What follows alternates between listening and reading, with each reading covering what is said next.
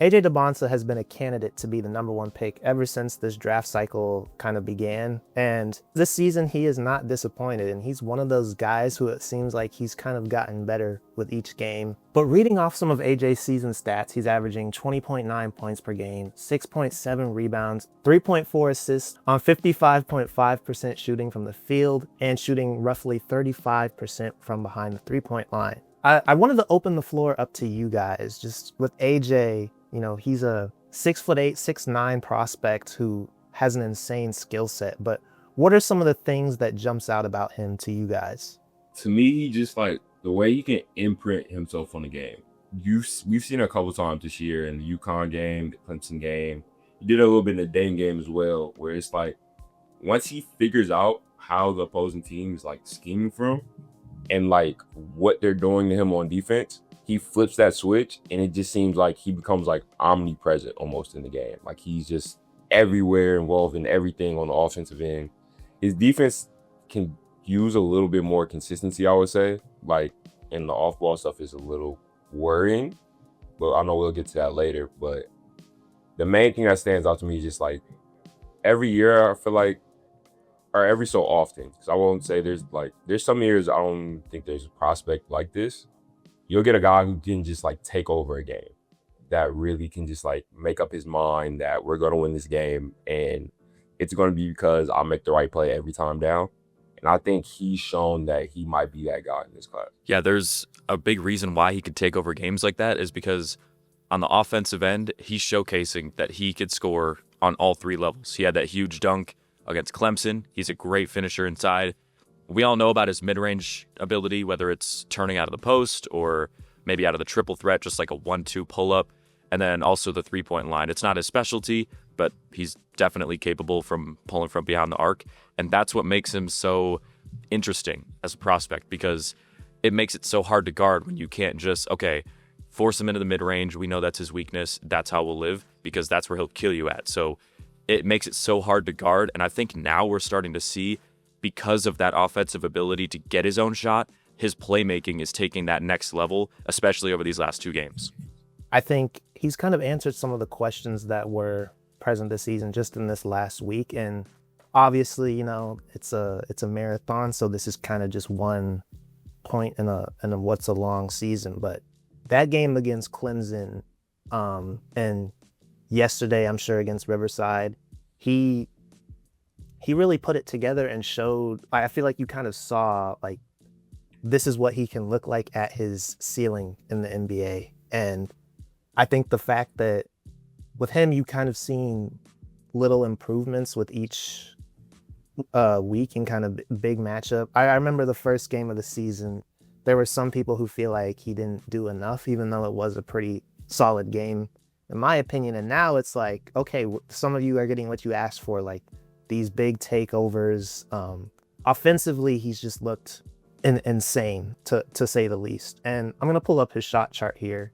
Yeah, Brandon, while you pull up that shot chart, I think what's like allowed him to be so effective to this point in the season on the offensive end is just like kind of opposite of what we talked about with Ace Bailey last year, where like Ace had some issues getting downhill just because of how high his waist was and how he didn't like drop his pad level. AJ Dybantsa is like a truly like special mix of like size and flexibility. Like you see him stand next to BYU center Kibakia, and he's like taller than him, if not the same height. And for somebody that big to be able to access like those shin angles and those like driving lanes that you normally see only guards get to, it's like it really like warps the defense. Like you have to get over into help on somebody who's not even, to this point in the season, he hasn't like really hit the three at like a good rate, to be honest. But he's drawing so much attention because he can kind of get to his spot whenever he wants. And when he gets there, at least so far in the mid-range, he's been super effective.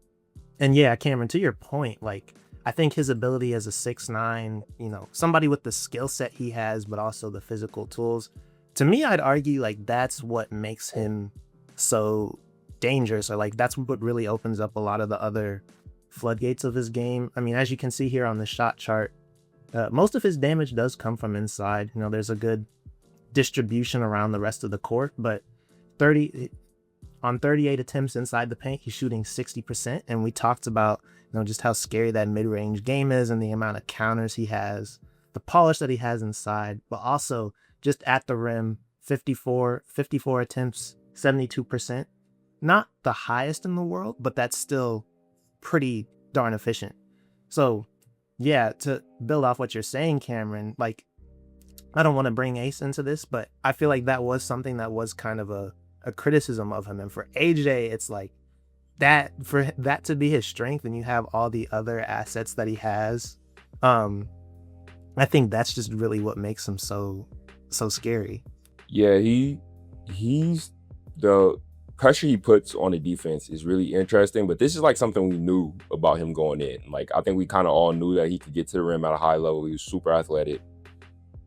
What I necessarily didn't know, or was like interested to see how it looked at BYU, is his passing ability. And I think that's something that we started the year with like some questions about, where he would like kind of get into the hero ball a little bit, take some shots he didn't necessarily need to take.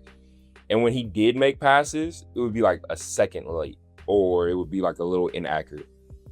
I think what's pushed him into like a lot of people, like I had him number one on my board. I've had him number one since probably like the start of the process for me personally, but I think what a lot of people are like considering moving him up their board because the growth that they've seen in his passing ability throughout the year. Like, there's a split section like that I saw on Twitter the other day of a pass he made in like the beginning of the year where he's double teamed, he's posting on the right wing, and he makes a skip pass, but it's like, it's off, it's late, it's not right at the beginning of the year. And then he does the same pass in the Clemson game, and he hits Richie Saunders on the other side, and it's cash. Or I think it might have been the Dayton game, but either way, just like, you can tell his processing speed is getting faster as the year goes on. I think when he gets to the NBA, like that, we've seen for a lot of guys, that's kind of the differentiator between, being a star that, just kind of shows out in the regular season and a star that can make a real postseason run. I mean, that's something you see a lot with Shea, and I think AJ and Shea are guys who get a lot of comparisons. And it's been 1 week for AJ, but the passing, as we've talked about, it just looks significantly better than it did early on. And I want to see though how it looks when he's getting more, like, it's weird to say because AJ's already getting a lot of attention, but I think when you get in the Big 12 play and you run to a team like Houston, where maybe they'll throw a lot more, I guess, complex, or they'll mix up a lot of the stuff that they're seeing. So it's kind of like, you really just have to be more on the fly with your rotations and not your rotations, but your decisions. And you kind of have to, you're not going to be able to get into a rhythm, like, so I want to see how he looks against defenses like that, where it's really going to be kind of more of a mind game, Yeah, there's definitely some more looks he's going to see. Like, Houston is a really good defensive team in the Big 12. Baylor runs like a funky zone at times that can be hard to figure out. So I'm interested to see what he looks like against those. However, I almost think like what we're seeing now is probably the most like one-to-one translatable thing to like what he'll see, at least early on in his NBA career, where like, I don't know how often you're going to be able to like double team AJ Dybantsa depending on what team he goes to, like early in his career. So I don't think like the passing reads will be as hard as they've been sometimes this year. And even if let's say he does command that type of attention in his like first few years in the league, I think while more teams are playing zone in the NBA, I think the type of zone is a little bit different than what he might see in Big 12 play. So it's like, I'm kind of wondering how much we're going to be able to like really value what we see from him against teams like Baylor. Like, the processing will be interesting, like to see, can he figure it out? I just don't know how it translates necessarily. So now we've talked about like how he's looked this season. I mentioned it a few seconds ago that I've had AJ number one on my board for the majority of the year. I know, Jake, I think you had him 3. Branden, I think you had him 2. Has anything changed for you guys yet? And if not, what's stopping him from moving up your board so far? So for me, if I'm being completely honest, AJ is on a upward trajectory for me, but I do want to see what it looks like throughout conference play, at least the early part. Um, and that's not a knock against Darren necessarily, because he was the guy who I had number one. If we're being real, I think he's just going through a little bit of a tough time with the hamstring injury and all that. And I sympathize with Darren because I tore my ACL playing intramural basketball, and it sucks not being able to go out and help your team and play. You're up sleepless at night because you can't contribute. So I understand exactly what Darren is dealing with. But no, for AJ, it's like he's getting better and better, and for him, he's a guy who, I don't want to say he's like a generational talent by any means, but I do think he is a rare talent because 6'9" with the polish that he has, and I think he also has a lot of ability to grow as well. Like, you just don't really see somebody who has the combination of the size and skill that he has. And I think when you're kind of doing the stuff that you need to do at the NBA level to ascend at the college level, it makes it harder for me to keep you not at that top spot, but I think he's a few weeks away, if I'm being honest, of just kind of these level of performances, which might seem like a high bar, but I feel like he's also a guy who's capable of sustaining this. Yeah, so for me, I would say AJ is definitely kind of on the rise. Like you said, Cam, I have him going into the season at number 3 behind Cam and Darren Peterson. But with the way that he's been able to not just score the basketball, but we're seeing his assist numbers go up, his pass feel looks better. And when you go back and look at some of these recent games, like you go back and watch some of the Clemson tape, he finished with 6 assists. It very easily could have been 9 or 10 assists and nearly a double-double, but going on a triple-double with just wide open catch and shoots that he was generating and guys just completely breaking shots. But I think more than him necessarily moving up to 1 or number 2 in my board, I think he's fully securing that he is guaranteed to be top 3, because I'm a big Caleb Wilson fan, and I was thinking about maybe bumping him inside the top 3 because of how he's been playing for North Carolina. But from what we've seen from AJ, especially over these past couple of games where he's not just a scorer, but he's completely putting the team on his back and impacting every aspect of the game, he has to be minimum 3, but definitely rising toward number 2 for me. Yeah, so I think I've had him at number 1 for a while, like I said, but some of the things that were concerning me at the beginning of the year are the defense does not seem to be at the level it was at in high school. He was a lot more active, I feel like. I think part of that too is kind of the complexity of the scheme at BYU. It's probably it's the first time I think he's really been in a structured defense. Even at USA, they kind of simplify it down a little bit to where it's just and plus you're playing with guys that are the best athletes by far in the tournament for most of the part. So defense is kind of a little bit easier to play when you're on that type of team. I think this is the first time where it's he's having to learn certain defensive concepts, and I think it's taken him a while to kind of catch up. However, in his last game, I know it was only UC Riverside, but he did he got more stocks than what he's been getting. He had 5 steals, 1 block, and not necessarily at that level every night, because that is kind of obscene to get that many stocks in one game, but something closer to that is what I've more so expected. That's probably been his biggest drawback to me. That and I think the 3-point volume is also something that is giving me cause to pause at times.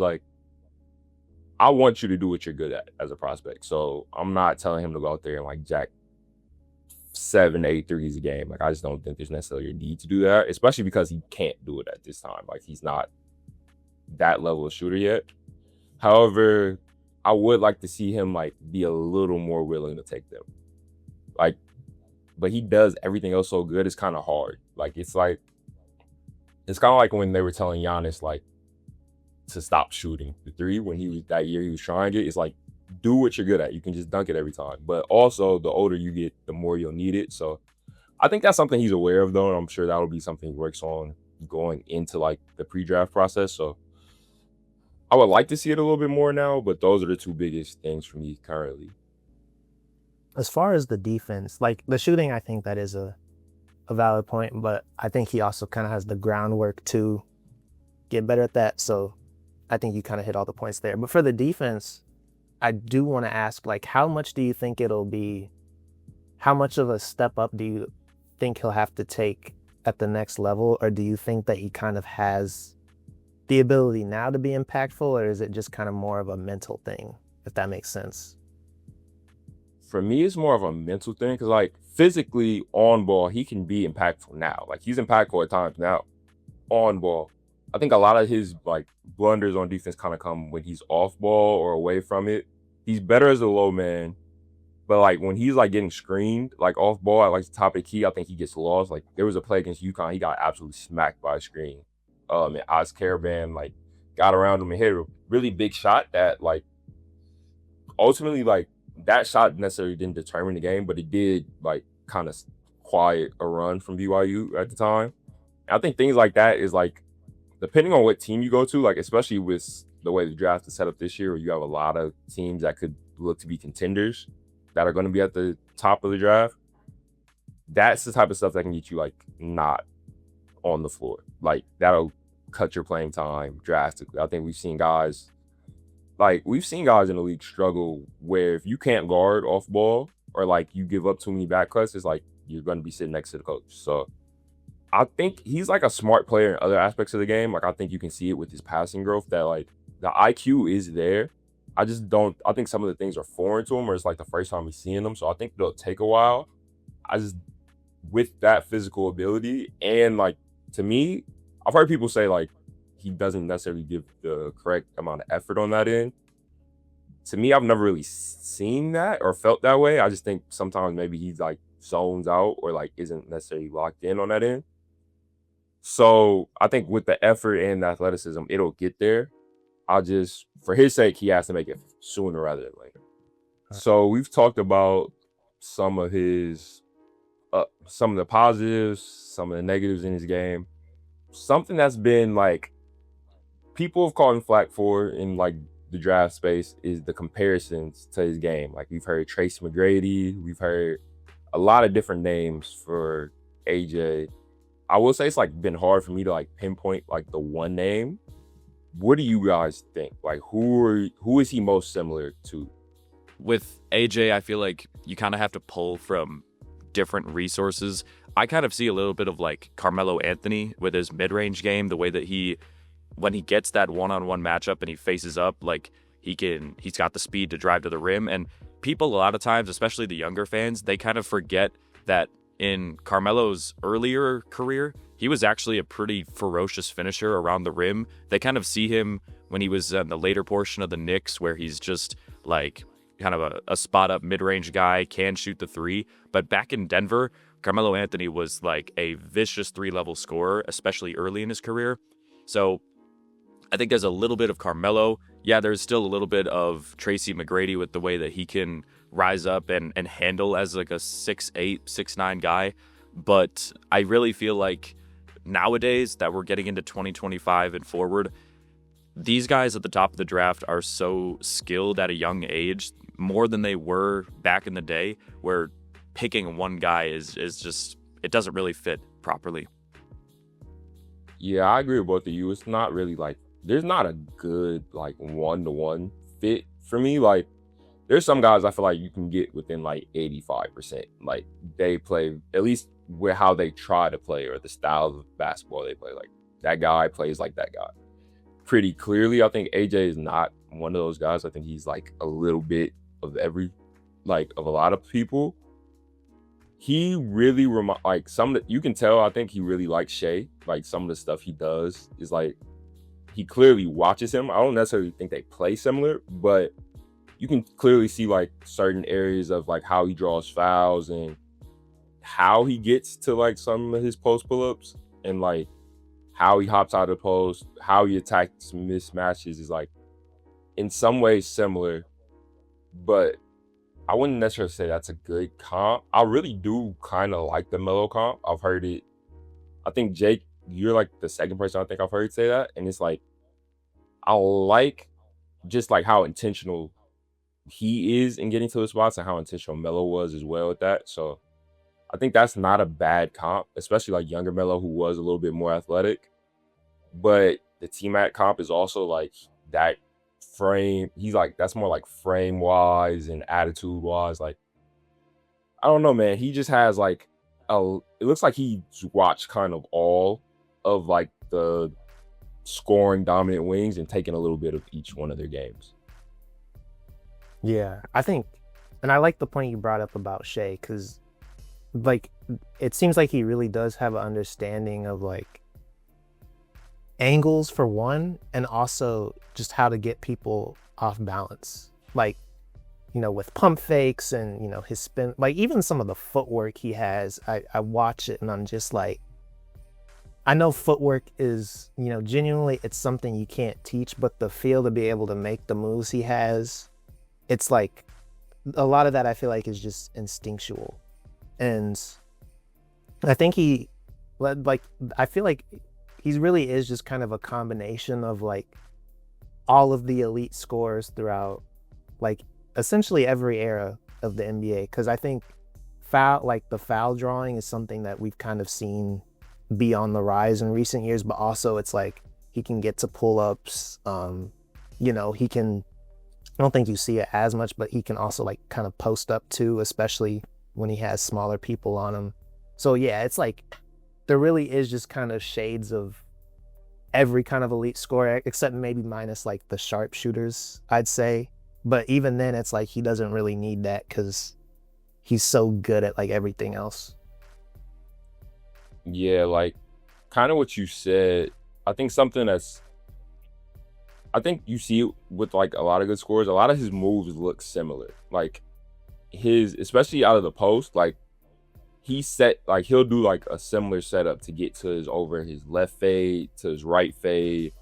So he'll fake the left fade and then step around and go left. He had a move against Clemson where he got downhill. It looks exactly how his spin layup looks.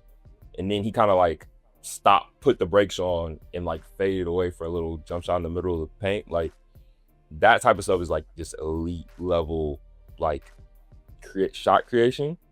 And how he can like elevate over people is like really impressive. Like that kind of speaks more to like what Jake was saying with the Melo thing, to where like sometimes he just gets to his spot, he jumps over the person, and even though like somebody's really close to him, it's really not contested because he does not see that person, because he's so high off the ground, he's so tall, and his release is so high, he's not even seeing the contest. So he's definitely like a mix of a lot of different wings.